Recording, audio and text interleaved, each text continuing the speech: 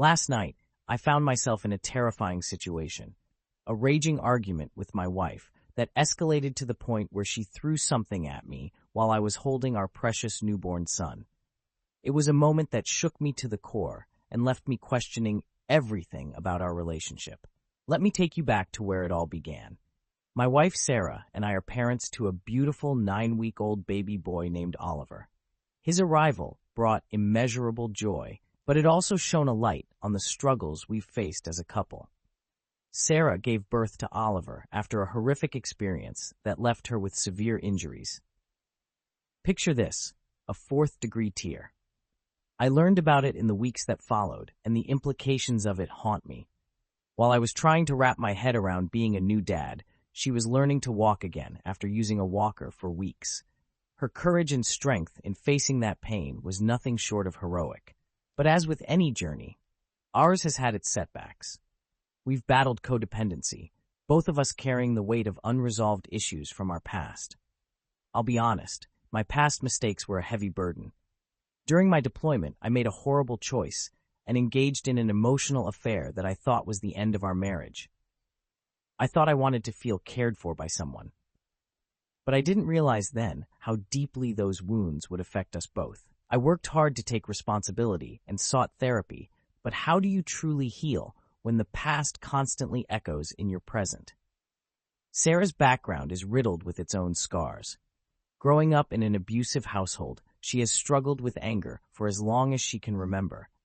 There were times when her rage manifested in destructive ways, throwing phones against walls or a coffee mug at me during an argument. I remember that bruise vividly. It felt like an awakening. We sought help and made progress, vowing to change for the sake of our marriage and our unborn child. Fast forward to last night. The clock struck 12:30 a.m., and Oliver woke up crying. I rolled over and tried to gently wake Sarah to let her know that our little boy had escaped his swaddle. Instead of the usual sleepy acknowledgement, she turned away from me, frustration radiating off of her. It stung. I was just trying to help, but I felt her disconnection like a chill in the room. When I asked if she was ignoring me, she didn't respond, which fueled my worries. I decided to get Oliver out of the bassinet myself, hoping to ease the tension. Changing the baby and feeding him became a dance of muffled tensions. I was trying to calm his frantic cries, and in the heat of the moment, I muttered to him, wrong side," as he struggled with his pacifier. To my shock, Sarah, who was preparing a bottle, reacted like I had just thrown a match into gasoline. She thought I was speaking to her, and in a split second of anger, she hurled the top of the bottle across the room. I was frozen in disbelief. There I was, holding our fragile child, and my world felt like it was crumbling. The moment felt surreal. A mix of confusion and fear gripped me. My instinct kicked in. I wanted to confirm everything was okay. I called for her to come out of the bathroom, where she retreated, but she emerged defensive and unwilling to accept accountability. All I wanted was for her to acknowledge what had happened. Instead, it felt like the weight of shame was too heavy for her to share, like it shackled her to a past she didn't want to relive.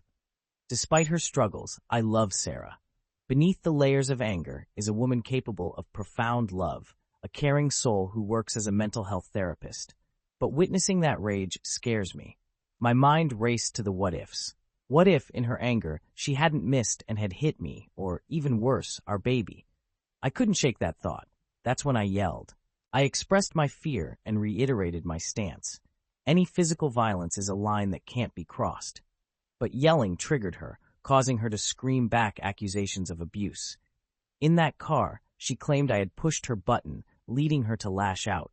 It felt like a dizzying cycle, the voices of our past colliding with our present chaos. I felt like I was losing our connection all over again. Today was supposed to be about healing. We had physical therapy for her, and I hoped we could talk. Instead, we ended up arguing for over an hour in the car about accountability and what you do when rage consumes you. I reminded her that it doesn't justify throwing something. No matter the origins of her rage, she was still responsible for her actions. That was my truth. I ask myself constantly, "I tough for yelling at her?"